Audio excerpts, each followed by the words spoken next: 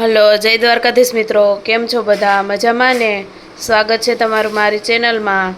આજે બનાવવાની છે આપણે વઘારેલી ખીચડી. તો એના માટે આપણે આ દાળ અને ચોખા મિક્સ કરીને લઈ લીધા છે. 2 ભાગના ચોખા અને 1 ભાગની મગની દાળ તેને આપણે મિક્સ કરી લીધી છે અને એને આપણે હવે સારી રીતે પાણીથી 2-3 વાર ધોઈ લેશું. અને આપણે વઘારેલી ખીચડી બનાવવા માટે બધા શાકભાજી લઈ લીધા છે અને તેને સુધારવાનું કામ ચાલુ છે. આમાં તમે જેટલા શાકભાજી હોય તે બધા નાખી શકો છો. તમારા સ્વાદ પ્રમાણે તમે શાકભાજી નાખી શકો છો. આપણે ખીચડીમાં નાખવા લીધું છે આ ટમેટા, એક આદુનો ટુકડો લીધો છે, થોડીક લીલી વાલોળ લીધી છે, લીલી ડુંગળી લીધી છે, એક બટેટું લીધું છે, થોડાક ચોળીના દાણા લીધા છે, આ થોડીક કોબી સુધારેલી લીધી છે અને આ મરચું લીધું છે એક લીલું. આ બધી વસ્તુને આપણે ઝીણું કટિંગ કરી અને સુધારી લેશું. જો આ આપણું શાકભાજી બધું કટિંગ થાય છે.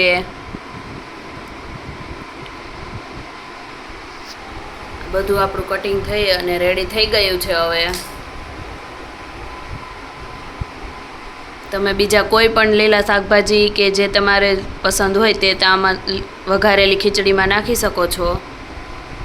હવે આપણું શાકભાજી બધું સુધારાઈને તૈયાર થઈ ગયું છે, તો આપણે ખીચડી વઘારવાની તૈયારી કરશું. હવે આપણે વઘાર કરવા માટે તેલ ગરમ કરવા મૂકી દીધું છે અને આપણા દાળ અને ચોખા પણ ધોઈ અને સરસ રીતે 4 થી 5 વાર ધોઈ અને લઈ લીધા છે. હવે આપણું તેલ ગરમ થઈ ગયું છે, તો આપણે સૌથી પહેલાં તેમાં રાઈ નાખી દઈશું.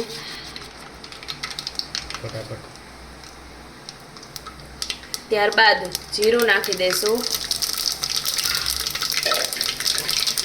પછી હિંગ નાખી દઈશું.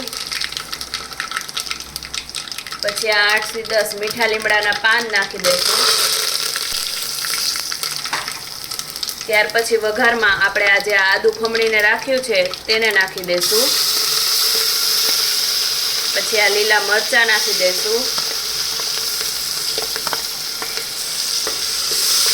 તેને તેલમાં જરાક વાર સાંતળી અને પછી હવે આપણે જે આ લીલી ડુંગળી સુધારી છે તેને નાખી દઈશું.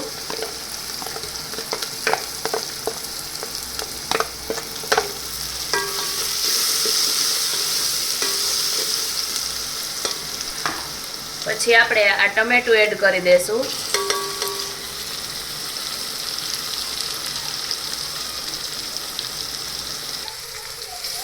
હવે આ બધી વસ્તુને આપણે મિક્સ કરી લઈશું.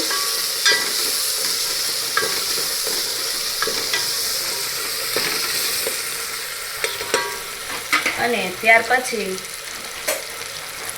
આપણે જે બધા શાકભાજી લીધા છે અને સુધાર્યા છે તેને આપણે તેમાં એડ કરી દઈશું.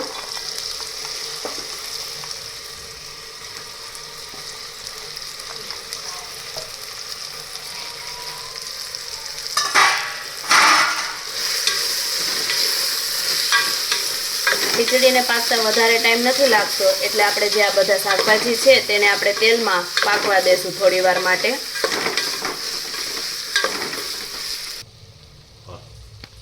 હવે આપણે તેમાં બધા મસાલા એડ કરી દેશું. તો સૌથી પહેલા અડધી ચમચી જેટલી હળદર, થોડોક ગરમ મસાલો,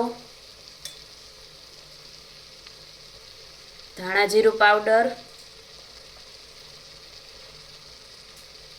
સ્વાદ પ્રમાણે મીઠું,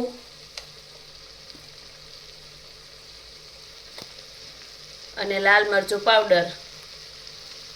બધા મસાલા મિક્સ કરી અને આપણે તેને હલાવી લેશું. આપણે બધા શાકભાજીને તેલમાં જ થોડીક વાર કૂક થવા દેવાના છે, એટલે પછી જ્યારે આપણે ખીચડી માટે 2 સીટી કરીએ તો એ એકદમ પાકી જાય. એટલે હવે આપણે આને 5 મિનિટ હજી વધારે કૂક થવા દેશું. હવે આપણા શાકભાજી અડધા કૂક થઈ ગયા છે, તો આપણે તેમાં પાણી એડ કરી દઈશું.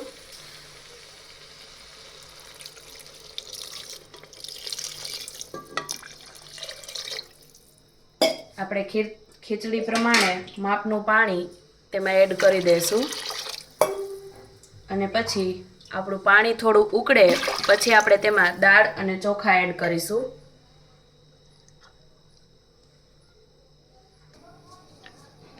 હવે આપણું પાણી ગરમ થઈ ગયું છે તો આપણે તેમાં આપણા દાળ અને ચોખા છે તેને એડ કરી દઈશું.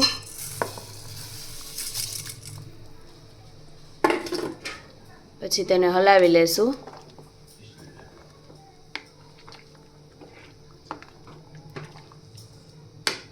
અને હવે કુકરને બંધ કરી અને આપણે 2 થી 3 સીટી કરી લેશું.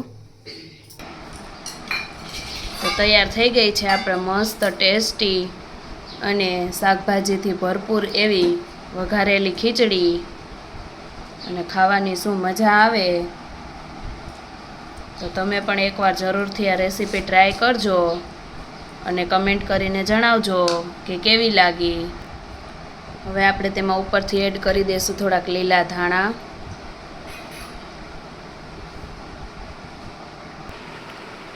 તો તૈયાર છે આપણી મસ્ત ટેસ્ટી અને એકદમ હેલ્ધી વઘારેલી ખીચડી. વિડીયો ગમે તો લાઈક અને શેર કરી દેજો અને ચેનલમાં નવા હોય તો સબસ્ક્રાઈબ કરવાનું ના ભૂલતા.